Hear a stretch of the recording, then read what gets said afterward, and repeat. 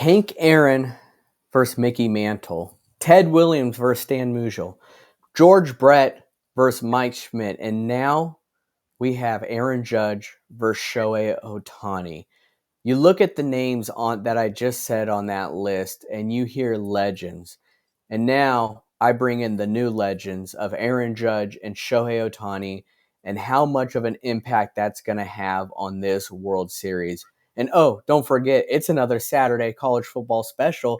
We've got plenty to talk about. I'm your host, Matthew Raridan, and this is Total Sports Talk Beyond the Lights.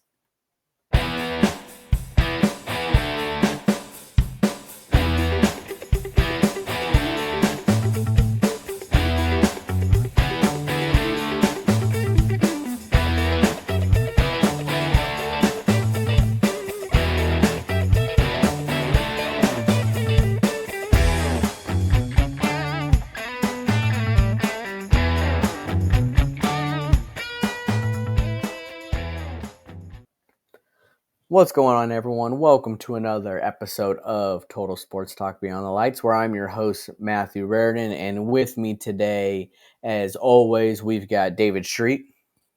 Hello, everybody. And we've got Ed Smith. Hook 'em, y'all. Well, it's that time of the year. It's October. You know what that means. It is World Series time. And the two most popular teams probably in baseball are playing against each other. You get the Los Angeles Dodgers and the New York Yankees. There is a lot of rich history, not only between these two teams in the World Series, but just these teams alone. Obviously, the Dodgers coming out of Brooklyn, Jackie Robinson. There is a lot of stars on both sides, a lot of Hall of Famers and a lot of future Hall of Famers. So it is almost fitting that these two teams are facing off against each other. Some will say it's boring. Some will say it's exciting. However you feel, these are the two most popular teams in the majors, and they are facing off. So game one is happening, and I don't know who's going to win because I look at the stats, and offensively, these two teams have every arsenal, every weapon there is on offense. I mean, Ed, you have Shohei Ohtani and Mookie Betts on one side, and let's not forget Freddie Freeman. I mean, Freddie Freeman is amazing. And then on the other side, Giancarlo Stanton, Aaron Judge, Juan Soto. This is just offense after offense after offense, right? Yeah, and looking at this series, somebody earlier was asking me my opinions on this series, and I basically had to tell them that both absolute elite offenses in MLB right now and kind of patchwork pitching staffs. So it's going to be interesting to see who can take advantage of uh, of maybe getting a little more pitching out of the bullpens because when we get to the World Series at this point in MLB, it's going to be all about bullpen usage. Who can manage it better? And I got to say, it is definitely a strength of both of these managers because they do it more than almost any manager I see in MLB. Yeah, and it's just funny because both these managers have kind of been under the light a little bit from the fans. Obviously, the fans are fans for a reason, but that we should fire our manager. But here they are in the World Series now, Aaron Boone and Dave Roberts.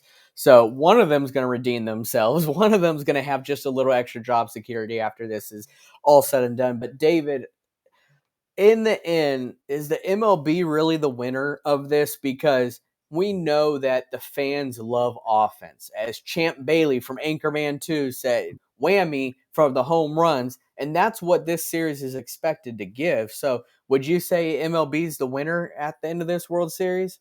I would say the MLB is the winner because of all the money that's going to be made from these two teams. And guys, I have to say,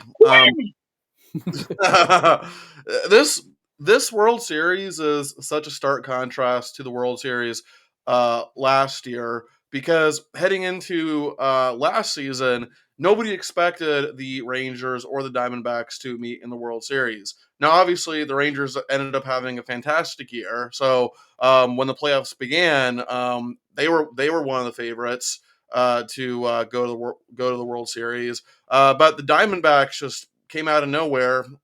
They were uh, I think they were the last team, or they were one of the last teams to clinch a spot in the playoffs.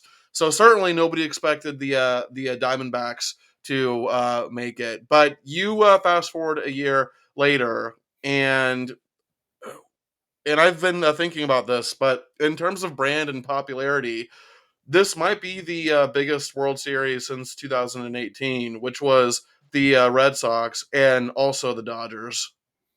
Yeah, it's very big brand, big high market. And side note, I realized that I said Champ Bailey, the cornerback for the Denver Broncos. It's Champ Kind, I think. So I just wanted to let you know. I didn't know if that makes you feel any better. Champ Bailey, the guy from the Broncos. But this what's special about this World Series, and I know this is going to sound sad, but the last episode I talked about the passing of Fernando Valenzuela, and the last time these two teams met in the World Series was Fernando Mania. This was 43 years ago in 1981, the phenomenal rookie year that has yet to really be duplicated that he had on the mound, and the Dodgers won the World Series. And what's even crazier about that stat is, yes, it was 43 years ago, but this is the most featured World Series matchup of all time. So it is 8-3 Yankees lead the World Series matchups between them. So 11 times, going on 12 right now. Dodgers did win the last one in 1981, but there is a lot of sentiment going into this World Series because of the passing of Fernando Valenzuela. That's always going to be on your shoulders, and figuratively, it's going to be a patch that the Dodgers are going to be wearing. Did I hear that right, Ed? Yes, they will be. They will be wearing the patch. It is a circular patch with the Fernando's number, 34, and Valenzuela on it, on their shoulder, and that is going to remain there through the World Series as well as through next season. Yeah, and as they should. Fernando, he worked for them. I mean, he was that part of their Spanish broadcasting booth, and so it is very sad to see that. Just as it was when Vin Scully passed away. So a legend was lost. But speaking of legends, David, I talked about a lot of the stars in this matchup. I mean, how many potential Hall of Famers do you think are actually playing in this World Series?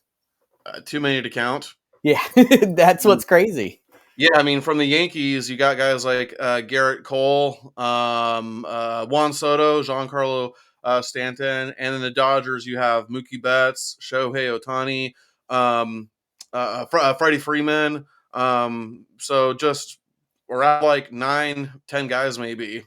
Yeah, and I almost want to stand corrected here because it's not just the MLB. The Dodgers are winning too because they got the Japanese market turning into this because Shohei Yeah. Ohtani in the World Series, it couldn't be any better for the Dodgers. Of course, a World Series ring will top that off, but signing him on the offseason, now going to the World Series in the first year with him, Mhm. they're swimming in the Benjamins, but good for them. It worked out. Their plan worked out, even with the injury-plagued season they had. Mookie Betts was my prediction for NL MVP. He got hurt, so that's not going to happen. But World Series MVP possibly. Yeah, definitely. And you mentioned having the worldwide market. The the country of Japan has basically turned into breakfast and baseball. It Yeah. is, when there's a start time in say 5 p.m. LA Dodger time, it is 9 a.m. in Japan. So they're up, they are watching, they are in front of their television screens, having some breakfast and baseball. And what a glorious sight that is. Yeah, no doubt Absolutely. about Yeah. that. I They're very also loyal. I also got a stat that I think Ed would find especially intriguing. Something that's actually pretty significant about the Yankees making it is as we all know, since 2017, the state of Texas has dominated the American League. Now, most of that has been the Astros, but state of Texas regardless.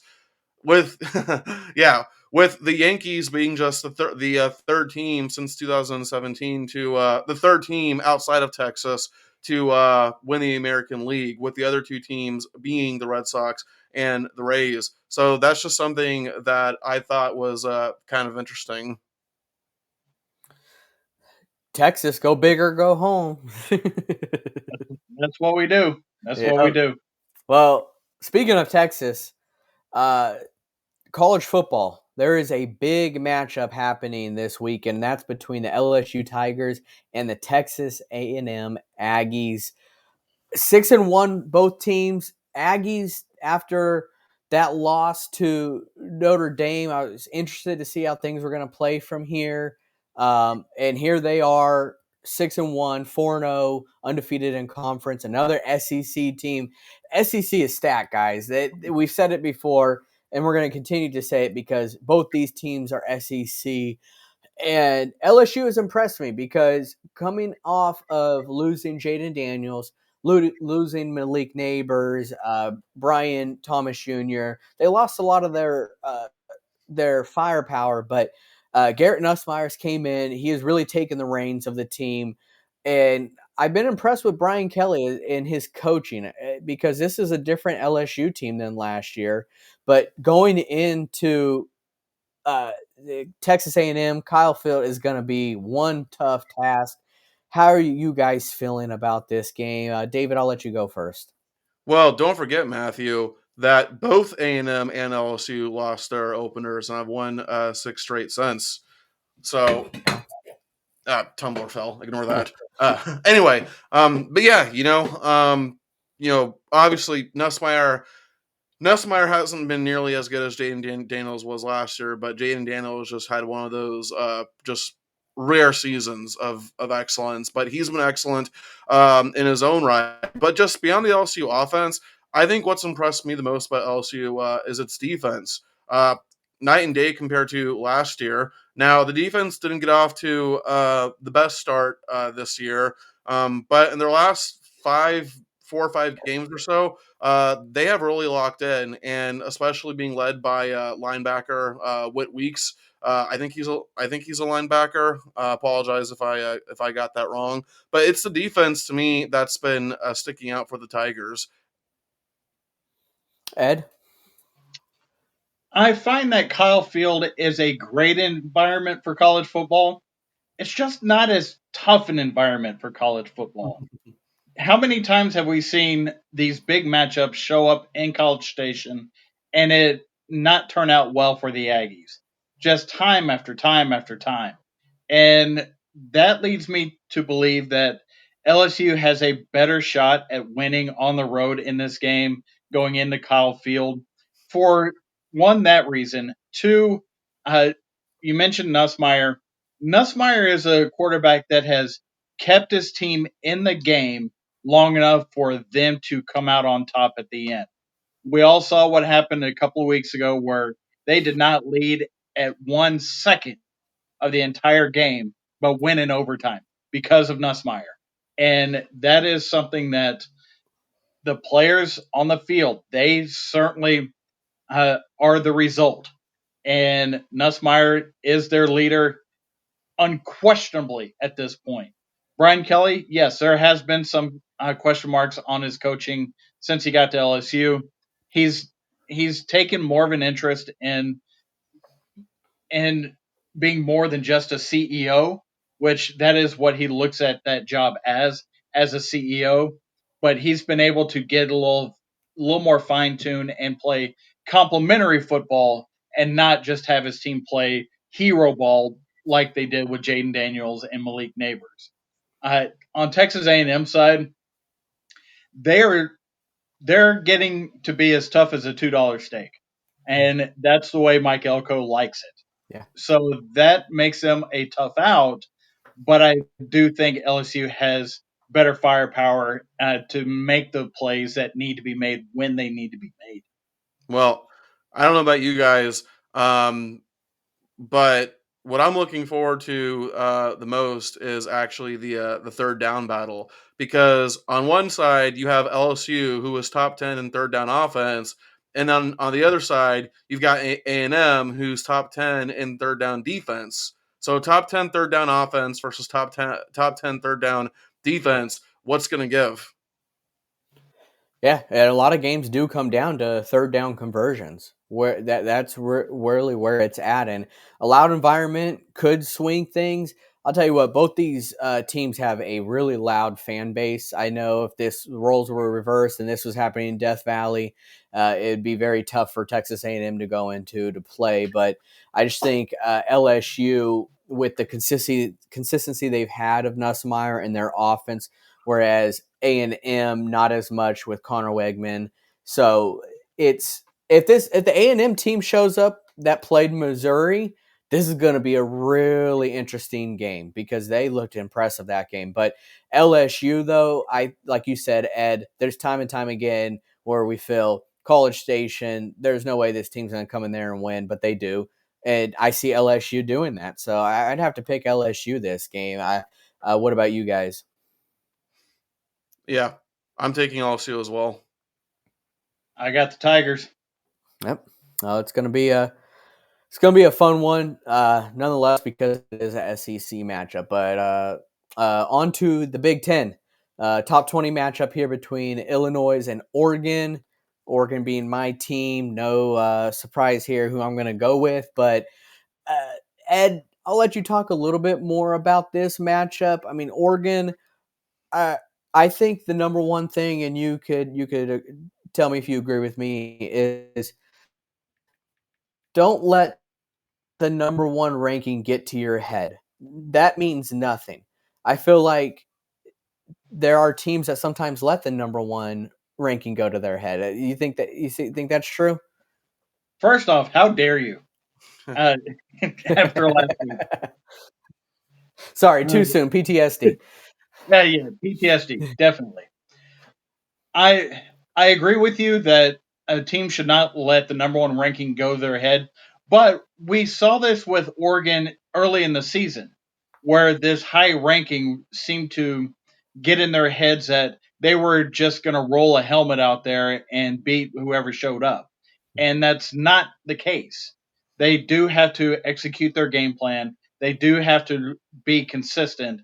They do have to not commit penalties at inopportune times. They need to not stall themselves on offense. And as the year has gone on, you've seen them get bit better, bit better, bit better. And now that they've claimed that number one ranking after beating Ohio State, that they know where they were, so they know not to go back there. And I don't think Oregon is going to let themselves go back. I don't think Dan Lanning will let them go back there. Put my fandom aside. I love Dan Lanning, especially as a head coach. He seems like someone that I would love to play for, and seems like a lot of players are thinking that as well. So I would hope that he's got his troops in line, letting them know we don't want to get back there. We need to always continue to get better each week, and they have been doing that trajectory wise. So, but David, these matchups, I know you probably aren't giving Illinois a fighting chance, no pun intended, but anything could happen in these type of games. And now that they are Big Ten opponents, so what do you say? You are right that anything can happen, but Illinois has absolutely zero chance. Okay, I don't care that they're ranked. I don't think they're that good.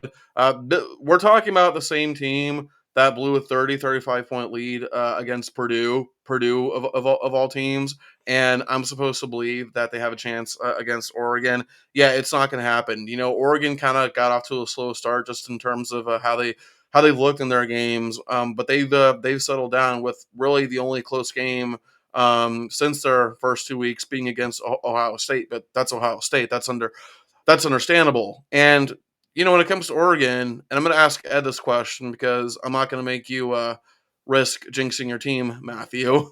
But Ed, as I'm sure you know, the last team to win a national championship for the first time ever was my Gators in 1996. Are we finally going to see that again with Oregon? With this new playoff format, that question becomes impossible to answer at this point in the season. There's no way to answer it when you're going to have a 12 team, 4 round uh, playoff system with top the top teams in the country all vying for that place. That's kind of like at the All Star break saying, "Oh well, uh, the Phillies, who had the best record in baseball for much of the season, they're going to win the World Series."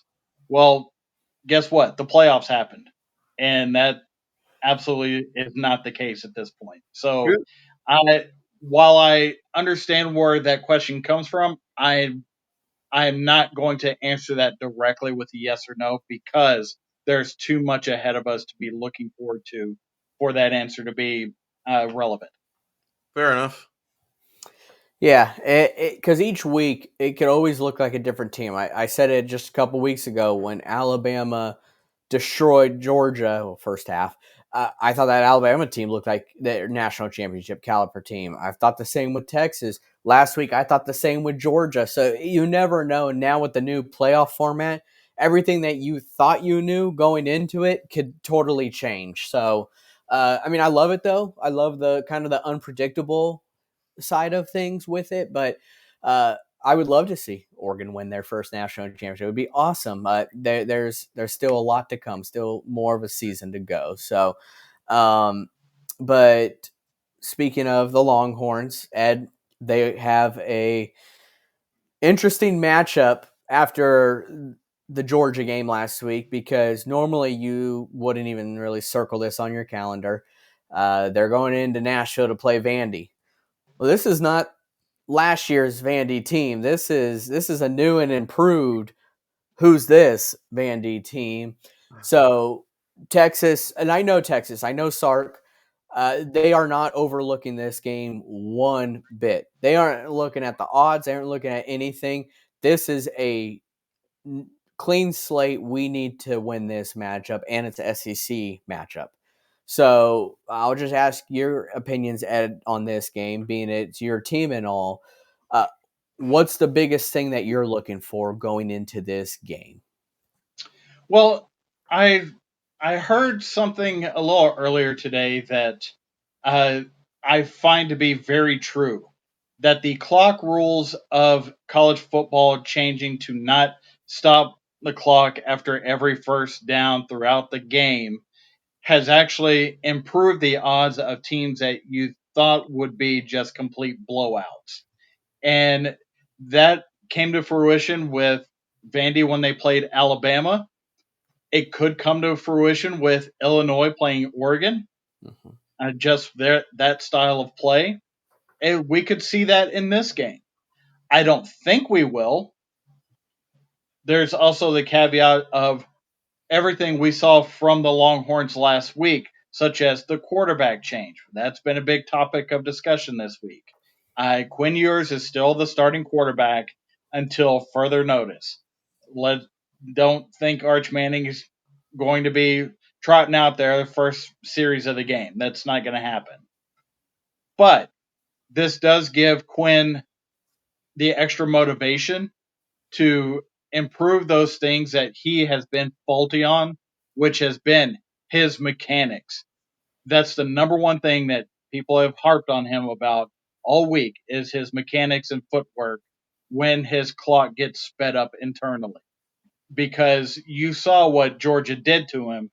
They sped him up and he became just just horrific on getting his feet set and throwing the ball accurately down the field. It was not a good quarterback film to watch. It was like a Halloween film, if you will.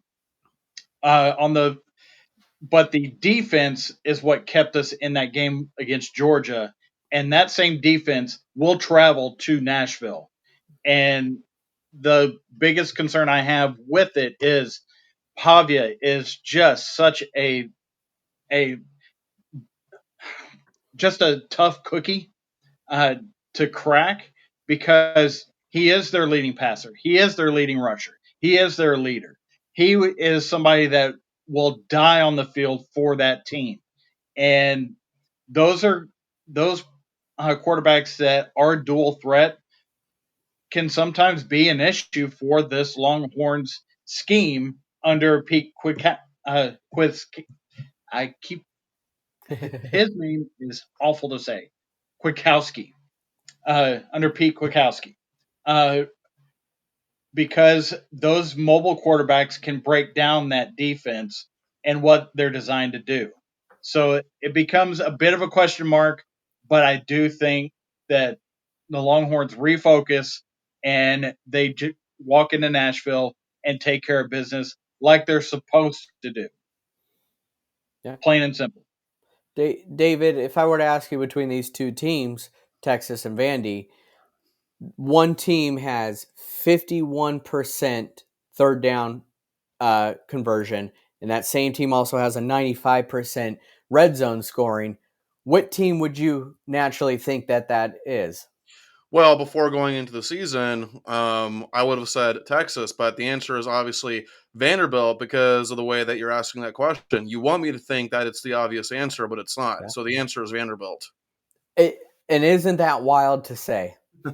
Yeah. And listen, man, kudos to Vanderbilt. They've been having a hell of a year, but I hate to rain on their parade, but let's not overcomplicate things. Texas is going to murder Vanderbilt, okay? Because one, Vanderbilt has not had any blowout wins, and even their most impressive win was against an Alabama team that's still searching for its identity. And then meanwhile, Texas, outside of a ultimately good loss to Georgia, has been the most dominant team in the country, okay? So again, shout out to Vanderbilt for having a hell of a year, but this game is not going to be close. There's a reason why Texas is favored. There's a reason why the odds are like 95% for Texas, Yeah. 95%. Yep. Yeah, I would agree with that. I agree that there's a One reason. last point on the Texas defense, if I could. Yeah. Uh, when Vandy played Alabama, Alabama's defense is not the same defense that it was under Nick Saban. I think we can all agree on that at this point, right? Yep, agreed. So Texas is going to be walking in there with a defense that will read cues that the Alabama defense are not reading this as of this year under DeBoer. So that is going to be a bigger thing to this game than uh, what it was under the Vandy Alabama game. So Texas will be able to control the line of scrimmage and keep the receivers uh, facing being shaded to the correct side of the field, unlike what they were able to do against Bama's defensive backfield. Yeah, and I ultimately feel bad for Vandy because they have a pissed off Texas Longhorn team coming in there. So I would not want to play them right now. So uh, yeah, I got Texas by a million. This next and last game is kind of a head scratcher. I say head scratcher because if you are looking at the odds right now that Vegas has in this BYU and UCF game, that's what makes your head scratch. What do they know that I don't know or that you guys don't know? Because they've got UCF favored in this game. And I know BYU had to win on a last second play against Oklahoma State. But this is a 3-4 UCF team led by KJ Jefferson. Oh, I'm shaking in my boots. Okay, I don't get why BYU is a dog in this game. Ed, or actually David, why on earth would you have BYU as a dog in this game? I don't know. I mean, maybe it's because every year, Gus Malzahn coach team always gets at least one or two wins that nobody expects them to get. So maybe the odds makers are taking that into account. But yeah, this does not make any sense whatsoever. BYU is undefeated, and like you said, UCF is 3-4, and they only have one conference win. Unless BYU has some major injuries that I'm not aware of, Like, this makes absolutely no logical sense. I don't care what the odds makers say. Okay, they're dumbasses here. I don't know if like they think like the Mormons are allergic to humidity or something because this is taking place in Florida, but it's like I I don't quite get it because maybe they're thinking it's the time difference. It's only a 2-hour time difference Or and maybe, hey, maybe BYU's best players are actually on their mission trips right now. possibly, but I feel like BYU should easily win this game. Ed, you agree with me there? They should, but I have doubts. You BYU has been, to me, kind of reminiscent of a couple of years ago where TCU was just barely skating by on all these last second wins all the way to the national championship, and which they got blitzed by Georgia. Well, BYU and also the odds makers are under a little PTSD from a couple years ago where Utah, which was a significantly better team, went to the swamp and got handed. Yeah, Uh, so significantly better, right, Ed? right. So having that part of it, I can I can start to see where the mindset would shift a little bit, but also take a look at, we talked about earlier, third down conversion rates. BYU is 121st in the country in third down conversion rates, whereas UCF is 32nd. It's all about keeping the offense off the field, keep the defense out there, and KJ Jefferson. What does UCF do well? They run the ball and they keep the clock moving. They keep the defense on the field. And you get a lot of those guys in the from the thin air down in that humidity in Central Florida. And David, you can talk more about this in a second. Um, that is going to be a tough deal because you're going to see BYU players puking on the field by halftime. Yeah. Yeah. Well, first of all, I did misunderstood what you said, Ed. You meant that Utah was significantly better than BYU was this year. Yes, Yeah. absolutely. And yeah, you are right. If you've never been born and or raised here in Florida, the humidity is a killer. Much like how when Utah came down to the swamp a couple of years ago, a lot of the Utah players couldn't handle it because you're going from one extreme from the high altitude, right? You're going from that one extreme down to the other extreme, and that's the hotness and humidity of the Sunshine State.